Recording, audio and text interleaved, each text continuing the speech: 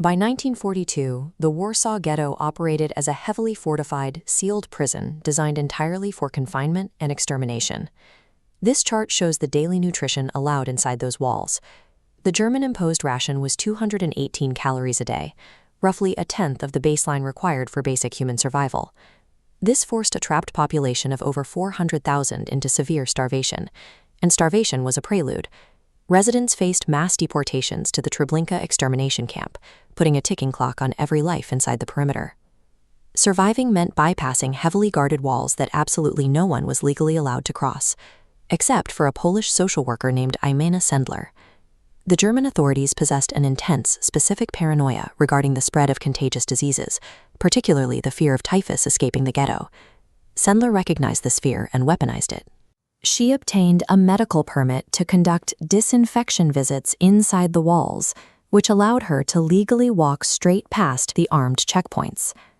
Operating as an official disease inspector gave her the perfect cover to map out an illegal extraction pipeline right under the guards' noses.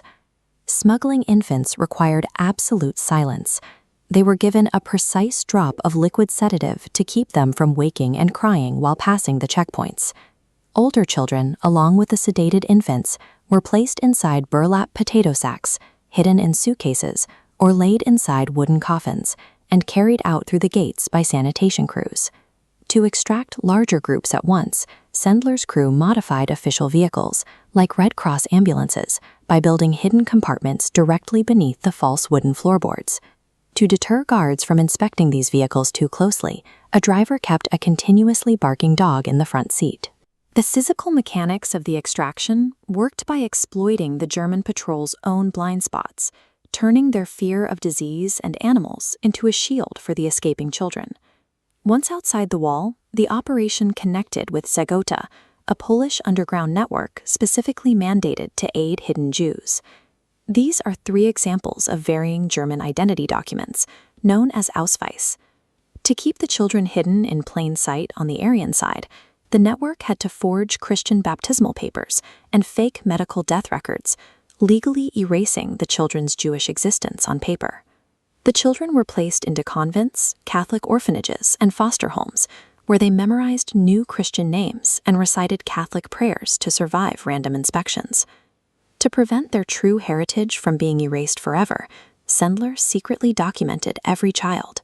She wrote their original Jewish names alongside their new Christian aliases on extremely thin strips of cigarette rolling paper. She then rolled these master lists up, placed them inside glass jars, and buried them deep in the dirt beneath an apple tree. The physical pipeline saved the children's lives, but the buried jars existed to ensure their families and their culture wouldn't be lost to history. In October 1943, the Gestapo discovered the operation, arrested Sendler, and took her to their notorious headquarters on Schuke Avenue. During her interrogation, the Gestapo subjected her to brutal physical torture, leaving her with permanently broken legs and feet. They demanded 2 exact pieces of intelligence: the names of the other Zagota operatives and the addresses where the children were hidden. Knowing she was scheduled for execution, Sendler refused to provide a single name or location. She understood the math of the moment. If she spoke, thousands of children would be murdered. But if she died, the only code to their true identities would be buried forever. Right before her execution, the Zagota network managed to bribe a guard. Sendler was officially listed as dead, but she was actually dumped into a nearby forest, half alive, allowing her to escape into hiding.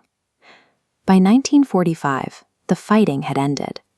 While the children remained largely safe in the countryside, the city of Warsaw itself had been heavily bombed and reduced to rubble.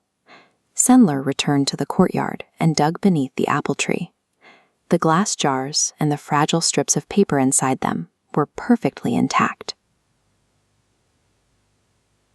Those slips of paper recorded the exact names of approximately 2,500 Jewish children she successfully smuggled out of the ghetto. Irena Sendler bypassed the physical defenses of a totalitarian regime to save human lives.